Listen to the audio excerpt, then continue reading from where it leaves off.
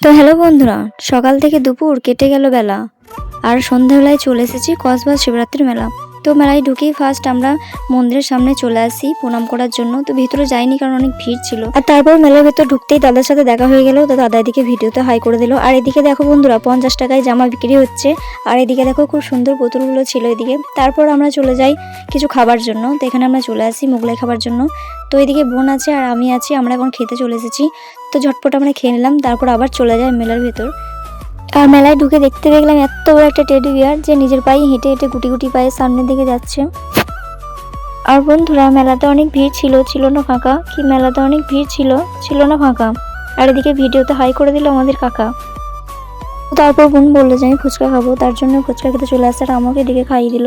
তো বন্ধুরা সকালে উঠে সূর্যোদয় আমাদের আলো।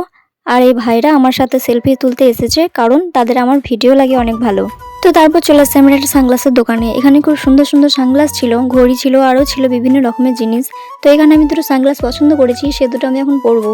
তো বন্ধুরা তোমরা জানিও এই দুটোর মধ্যে কোনটা বেশি ভালো লাগছে। আমি বুঝতে পারছি না, আমার তো দুটোই ভালো লাগছে, তো আমি যে কোনো একটা নেবো। তো তোমরা কমেন্টে জানিও কোন সানগ্লাসটাতে আমাকে বেশি সুন্দর লাগছে। সানগ্লাস কেনার পর চলে আসি আমরা মেলার বাইরে। আর বন্ধুরা তুলো হয় হালকা আর লোহা হয় ভারী। সবাইকে টাটা বাই বাই, যাই আবার বাড়ি।